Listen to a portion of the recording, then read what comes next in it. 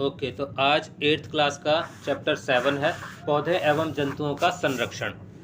तो बच्चों, पौधे एवं जंतु तो आप समझते ही हैं। संरक्षण मतलब रक्षा करना, पौधों की या जंतुओं की रक्षा करना। किसी भी चीज़ का संरक्षण होता है रक्षा करना, बचाना। अच्छा, अब इन्हें पौधों को और जंतुओं को संरक्षण की आवश्यकता क्यों है? ऐसा क्यों लगता है सरकार को या इंटरनेशनल, अगर हम गवर्नमेंट्स को या इंटरनेशनल ऑर्गेनाइजेशंस को कहें तो ऐसा क्यों लगता है कि वनों की रक्षा करनी चाहिए या पौधों को बचाना चाहिए? ऑक्सीजन मिलता है हमें, ऑक्सीजन में और भी बहुत सारी चीज़ें। प्रकृति में संतुलन बनाए रखने के लिए वनों का और जंतुओं का भी जीवित और सुरक्षित रहना बड़ा जरूरी है। जैसे मनुष्य का जरूरी है, ऐसे ही पशु पक्षियों का, पेड़ पौधों का बने रहना भी बहुत ही जरूरी है। कुछ समय तक तो मनुष्य अपने स्वार्थ के कारण, अपने लाभ के कारण जंगलों को लगातार काटता रहा, लकड़ियां काटता रहा, कभी स्थान के लिए, कभी लकड़ी के लिए, कभी अन्य किसी कारण से लकड़ियों को काटता रहा, वनों को उन्मूलित करता रहा। अच्छा, एक वर्ड है इसके अंदर, पहला ही आपका टॉपिक है 7.1 का, वनोन्मूलन एवं इसके कारण। उन्मूलन क्या? वन तो आप समझते हैं ना, जंगल। हाँ, नहीं वो नहीं, जो ये कह रहे, कौन कह रहा है कि हम वहीं से आए हैं? जंगल से कौन आया? कोई नहीं आया। अच्छा, उन्मूलन क्या होता है? उन्मूलन होता है कम करना या घटाना या काटना। तो वनों का उन्मूलन मतलब वनों को कम करना। ठीक है। हाँ, अब ये पूछ रहे कि वनों का उन्मूलन क्यों किया गया और उसके कारण क्या है? क्या होता है वनोन्मूलन? जब मनुष्य अपने लाभ के लिए या अपने कई कारणों से पौधों को, पेड़ों को, जंगलों को काटता चला गया, उसे कहा गया जंगलों का उन्मूलन। ठीक है, या वनों का उन्मूलन, और उसी को मिलाकर इन्होंने एक वर्ड लिख दिया, वनोन्मूलन। ठीक है। अब ये क्यों किया गया? क्यों काटा जंगलों को? सर, अपने लाभ के लिए और स्थान बनाने के लिए। Very good. कभी मनुष्य को लकड़ियां चाहिए थी तो उसने जंगलों को काटा, कभी उसने रास्ता बनाना था तो जंगलों को काटा, कभी रहने के लिए, आवास के लिए जंगलों को काटा। अच्छा, इससे हानियां क्या क्या हुई? कारण तो हमने देख लिए। जंगलों को काटने से मनुष्य को सबसे पहली हानि तो यही हुई कि ये जो ऑक्सीजन वाला चक्कर रहता है ना हम लोगों का, सांस लेने के लिए आवश्यक जो वायु होती है, ये हमें पेड़ पौधों से ही मिलती थी। बड़ी मात्रा में जब पेड़ों को काटा गया तो ग्लोबल वार्मिंग हुई, यानी कि जो धरती का टेम्परेचर है वो धीरे धीरे बढ़ने लगा। ठीक है ना, जिसके कारण ग्लेशियर की, वो एक आगे एक बहुत बड़ा कॉन्सेप्ट है उसका, उसको अलग समझाएंगे, ग्लोबल वार्मिंग का। लेकिन फिलहाल क्या हुआ कि जंगलों के कटने से प्रकृति का जो संतुलन था वो बिगड़ा। मनुष्यों के लिए भी आगे, अब जैसे अगर आप इंडस्ट्रीज एरिया में देखो, वहाँ पर क्या होता है कि सांस लेने में ना आपको अलग से पता चलता है कि हवा जो है वो पॉल्यूटेड है। कुछ लोग कहते हैं इसमें स्मेल आ रही है ना। कहीं पर बहुत सारी फैक्ट्रियाँ हैं, वहाँ जाकर अगर आप देखते हो, कहीं रबड़ की स्मेल है, कहीं अलग पेट्रोल की स्मेल है, अलग इस तरीके से। तो अगर आसपास में बहुत सारे पेड़ पौधे रहते हैं तो हमारी जो हवा रहती है सांस लेने के लिए वो शुद्ध रहती है, और शुद्ध हवा में सांस लेने से आपका शरीर भी स्वस्थ रहता है, आयु में भी वृद्धि होती है, अंदर के जो ऑर्गन हैं, फेफड़े वगैरह हमारे, वो शुद्ध हवा में सांस लेने से शुद्ध रहते हैं। इसके लिए वनों का होना, पौधों का होना बड़ा आवश्यक था, लेकिन मनुष्य को पहले इतनी समझ नहीं थी। दूसरा, उन वनों में, उन जंगलों में जो प्रजातियां रहती थी वो लुप्त होने की कगार पे आई, है ना। अगर मान लेते हैं किसी जंगल में कोई ये चीते रहते थे या तेंदुए रहते थे, जब ये तेंदुओं के जंगल कट गए तो वो कहाँ गए? शहरों में आएंगे या गांव में आएंगे, और जब वो गांव में आते थे तो लोग उनसे डर के भागते थे और वो भी शिकार करते थे, शिकारी तो हैं ही वो, है ना। फिर उनको मारा जाने लगा।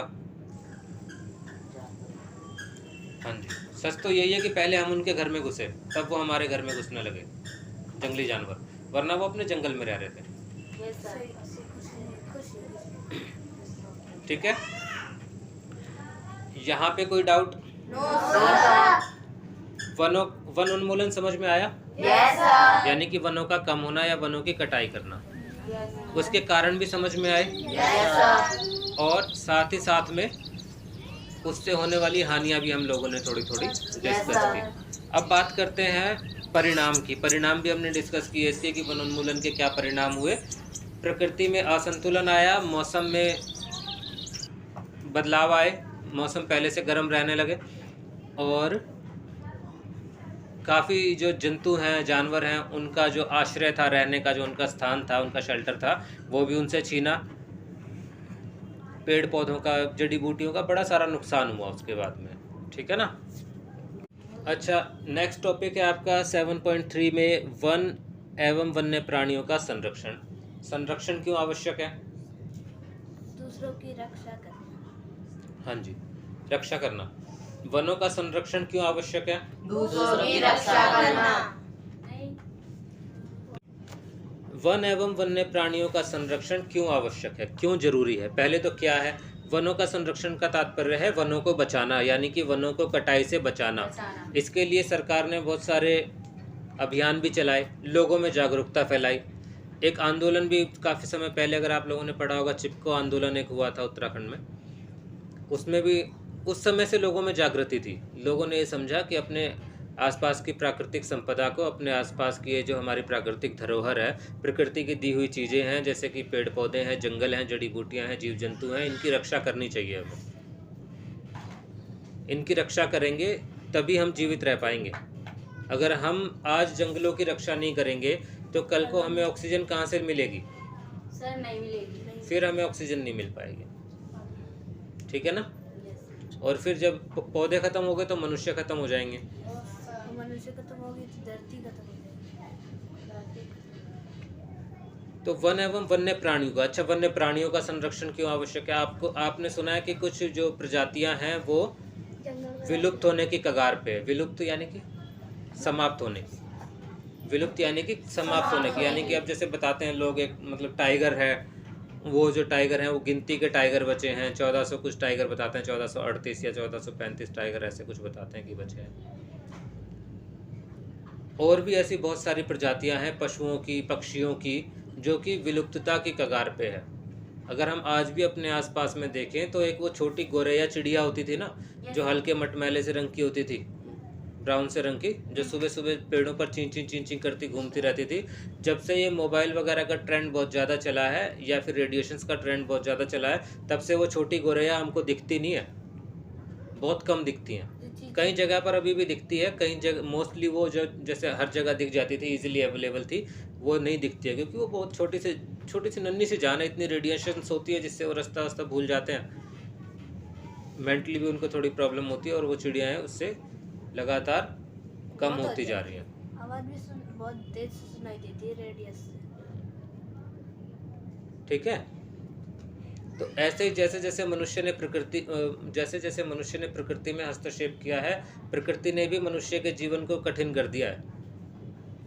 आयु भी मनुष्य की कम कर दी है, स्वास्थ्य भी मनुष्य का गिर गया है ना। हम अपने आसपास में गंदगी फैलाते हैं या प्रदूषण फैलाते हैं, और उसी प्रदूषण को हम जब इस्तेमाल करते हैं, यानी कि सांस लेते हैं हवा में, या जल जब हम प्रदूषित पीते हैं, दवाइयों से शुद्ध किया गया जल पीते हैं, तो वो हमारे शरीर को आखिरकार नुकसान देता है। इसलिए मनुष्य को सभी प्राकृतिक संसाधनों की आवश्यकता है, आज भी है। और हमेशा, ठीक है ना। इसीलिए और इसी प्रकार के वन्य प्राणी यानी कि जानवरों को बचाने के लिए अभयारण्य बनाए गए हैं। क्या बनाए गए हैं? अभयारण्य होते हैं सेंचुरीज, जहाँ पर जानवरों को खुला छोड़ दिया जाता है। एक मतलब आर्टिफिशियल बाउंड्री कह सकते हो, कि उसके बहुत बड़ा एक ग्राउंड होता है, उनको पिंजरों में नहीं रखा जाता। आप लोगों ने चिड़िया अगर देखा होगा, उसमें पिंजरों में अधिकतर जो होते हैं पशु होते हैं, जानवरों को अधिकतर पिंजरों में रखते हैं। लेकिन जो अभयारण्य होते हैं ना, वो एक प्रकार से बड़े जंगल होते हैं, जिनके आसपास में सरकार एक बहुत दूर दूर पे बाउंड्री लगाती है। बहुत बड़े स्थान में जंगली जानवरों को खुला छोड़ दिया जाता है, ताकि वो अपना जीवन अपने तरीके से जी सकें। उनका ध्यान भी रखा जाता है। अगर कोई जानवर बीमार होता है तो वहाँ पर टीम पहुँचती है, उसका ध्यान रखती है, ठीक है ना, ताकि उनको बचाया जा सके। लेकिन उनके जीवन में वो दखल नहीं देते। जो करने की मर्जी होती है, जो भी हमारा इंटरफेरेंस होता है वो उनके भले के लिए ही होता है, बुरे के लिए हम या उनको किसी भी प्रकार से डिस्टर्ब या उनके ऊपर कोई प्रयोग नहीं करते। ठीक है। तो अभयारण्य क्या होते हैं? बड़ी बड़ी सेंचुरीज होती हैं। आपसे पूछेंगे इसमें डेफिनेशन में कि ये अभयारण्य क्या होते हैं, वन्य प्राणी अभयारण्य क्या होते हैं, तो आप उनमें बताएंगे कि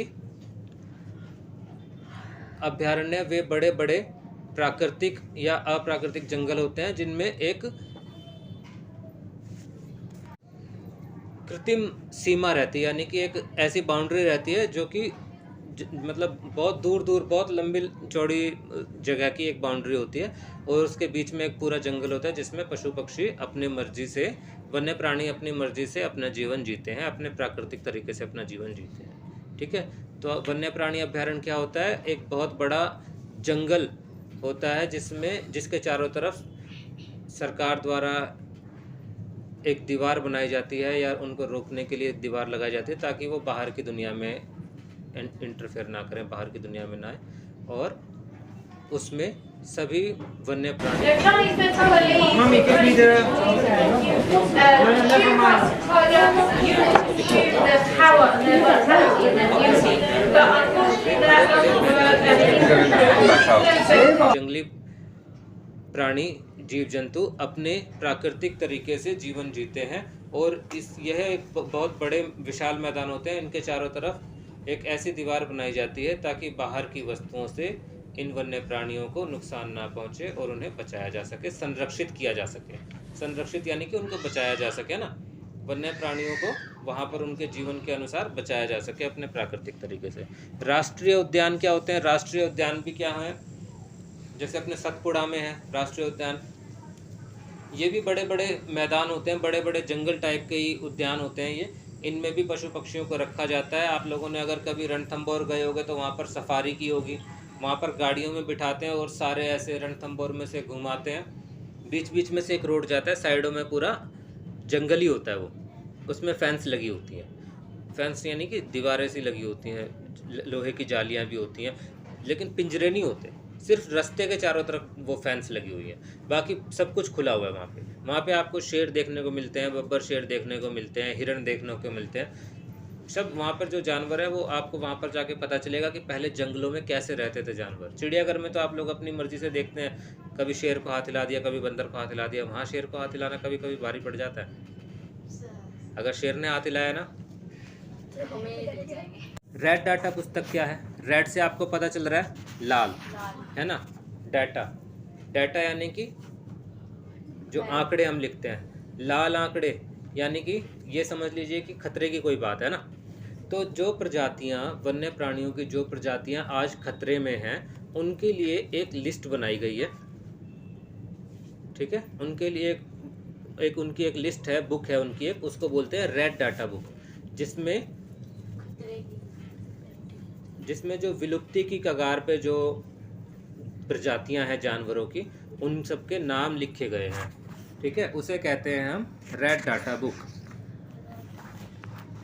जो संकटापन आपकी प्रजातियां हैं, संकटापन यानी जो संकट में है ना, उनको बचाना भी तो आवश्यक ही है ना। तो पहले उनकी एक लिस्ट बनाई गई है, फिर उनका ध्यान रखना शुरू किया गया है कि किस प्रकार से कौन से जो हमारे पशु पक्षी हैं उनको कैसे ध्यान रखना है, या जलीय जो जीव है उनका कैसे ध्यान रखना है। ठीक है ना, ये रेड डाटा बुक है, याद रहेगा ना बच्चों। अच्छा, प्रवास, प्रवास भी एक बहुत अच्छा वर्ड है, ये आपको हमेशा सुनने को मिलता है, छोटी क्लासेस से ही आपके सिलेबस में है, लेकिन एक बार और हमको दिया गया है तो हम आपको एक बार रिवाइज करवा देते हैं इसको। प्रवास का मतलब होता है अपने अनुकूल वातावरण में वास करना। ठीक है ना। अब जैसे कि आपने लॉकडाउन में सुना होगा प्रवासी मजदूर, प्रवासी मजदूर जो एक स्थान से दूसरे स्थान पर जाते हैं। अब वो ऑब्वियसली इसलिए जाते हैं कि वहाँ पर उनको ज़्यादा अनुकूल वातावरण मिलता है ना। आपने देखा होगा कोई कोई पक्षी अपने भारत में भी किसी किसी विशेष मौसम में मिलते हैं, है ना, क्योंकि यहाँ पर सब प्रकार के मौसम रहते हैं। कुछ पक्षी ऐसे होते हैं जिनको ठंड में रहना पसंद होता है, तो हाँ जी, तो वो ठंडी जगहों पर आते हैं। वो बहुत बड़े बड़े झुंड में आते हैं, बहुत सारे हजारों पक्षी एक साथ यात्रा करते हैं और एक देश से दूसरे देश को चलते हैं, या एक राज्य से दूसरे राज्य को चलते हैं, एक जलवायु से दूसरे जलवायु की ओर चलते हैं, है ना। कुछ लोग भी ऐसे करते हैं, आजकल हमने कुछ लोगों को देखा है, जब जैसे थोड़ा सा गर्मी आने लगती है ना, तो वो लोग चले जाते हैं दूसरे देश में, जैसे यूएस वगैरह, अमेरिका वगैरह चले जाते हैं, और जो गर्मी वहाँ बिता के आराम से सर्दियों में वापस यहाँ आ जाते हैं। कुछ लोगों को हमने देखा जिनके नैनीताल वगैरह में, देहरादून में फार्म हाउस है, वो भी क्या करते हैं कि जैसे थोड़ा सा मौसम बदलने लगता है तो दिल्ली छोड़ देते हैं, मुंबई छोड़ देते हैं, चंडीगढ़ छोड़ देते हैं। चंडीगढ़ तो खैर क्यों छोड़ेंगे, चंडीगढ़ में तो ऑलरेडी ठंड है, और जाके दूसरे शहरों में वो निवास करने लगते हैं। ठीक है। पुराने राजा महाराजा भी ऐसे ही करते थे, उनके एक शीतकालीन महल होता था, एक ग्रीष्मकालीन महल होता था, यानी कि एक सर्दियों का महल अलग होता था और एक गर्मियों का महल अलग होता था। जब गर्मी पड़ती थी तो वो सर्दी वाले में उसमें गर्मी वाले में चले जाते थे, वहाँ पे ठंडी हवा चलती थी और अच्छे क्षेत्रों में होते थे वो। और जब सर्दी पड़ती थी तो सर्दी वाले में चले जाते थे जहाँ पर ज़्यादा ठंड ना हो, है ना। तो इसे कहते हैं प्रवास। प्रवास मतलब होता है जो पशु पक्षी होते हैं वो बहुत बड़ी संख्या में एक स्थान से उड़ के दूसरे स्थान पर जाते हैं भोजन की तलाश में या अपने अनुकूल वातावरण की तलाश में। आएगा पेपर में तो लिख दोगे आप इसका आंसर। Yes sir. प्रवास का अर्थ है बड़ी संख्या में पक्षियों का एक स्थान से दूसरे स्थान पर, पशु पक्षियों का एक स्थान से दूसरे स्थान पर जाना भोजन या अपने अनुकूल वातावरण की तलाश में, ठीक है। और इस प्रवास के दौरान कई बार बहुत ज़्यादा कई बार मर भी जाते हैं। कई बार ऐसा होता है जैसे जंगली भैंसें हैं, ये प्रवास कर रही हैं या भैंसें प्रवास कर रही हैं और रास्ते में उनको किसी जंगल से निकलना है, शेर वगैरह भी होते हैं वहाँ पर, तो कुछ मारे भी जाते हैं। कई बार नदी पार करनी है, मगरमच्छ पकड़ लेते हैं, ये भी आपने देखा होगा सब डिस्कवरी वगैरह पे भी ऐसे, तो वहाँ पर भी मारे जाते हैं। तो इन्हें अपनी जान को जोखिम में भी डालते हैं, लेकिन फिर भी हर साल प्रवास करते हैं। इनको पता होता है कि अब इस साल इस मौसम में कौन सी जगह पर इनको भोजन मिलेगा, कौन सी जगह पर अनुकूल वातावरण मिलेगा, वहाँ पर पहुँचते हैं बड़ी मात्रा में, ठीक है। और फिर जब मौसम बदलने लगता है तो फिर वापस अपने देशों में चले जाते हैं जहाँ से आए होते हैं या किसी और देश में, नो सर। ठीक है। कोई डाउट? No sir. ये था इस पाठ का सार। अब इस चैप्टर के सारांश को देख लेते हैं और प्रश्नोत्तरों को देख लेते हैं। ओके, तो आज